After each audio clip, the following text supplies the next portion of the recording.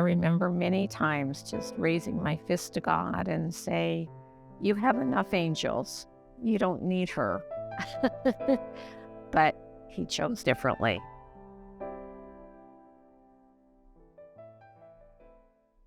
Our daughter had colon cancer, and she was supposed to live about 18 months, and she lived 4.5 years.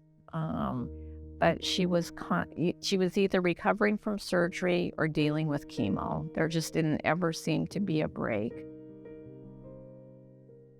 When it was getting close, and we knew that she did not have much longer to live, I was just screaming at my husband, "What has this all been for? What has all this been for? The pain?" And he said, "Well, she did go to England with her family, and you two went to Israel together, and she saw her son graduate from high school and the oldest daughter graduate from college. She came out here 3 times, and we went to Priest Lake for the week. So she made the very most of the time that she had. And when I did lose her, I don't think I took it nearly as hard as some of the other people in the family, because I know where she is. I know that she's with my mom and my sister and other relatives, and she's so inquisitive. She's talking to Jesus every day saying, "Okay, I've needed to know this for 40 years now. You have to tell me this." So I know she's getting all the answers, and that makes me very happy for her. And I know she's no longer in pain, and that makes me happy for her.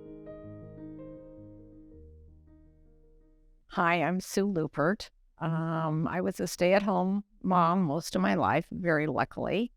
And then when our oldest daughter got engaged, and I started calling caterers, and I said, how much to do what?" So I went to culinary school for a year so that I would be able to cater for wedding.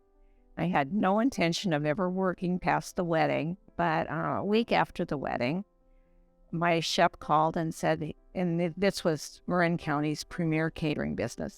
They said they need a 1-day fill-in. Are you interested? It's not a job, it's just a temp. And I said, sure. Well, I walked in and did not walk out until we moved. Monday prior to that was my first time of cooking for the homeless.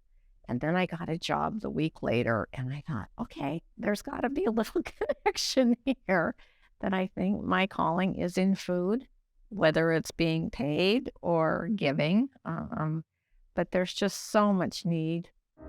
I worked with the homeless in California, Virginia Beach, Seattle, Port Angeles, and then we moved here in 2000. And since we've been here, I've cooked for Shalom once a month. I've cooked for Spear. I've cooked for Crosswalk once a month. I've cooked for House of Charity once a month. I was doing one thing a week, just one program a month, but I was doing something once a week. The opportunities are there, and I just hear, feed my people.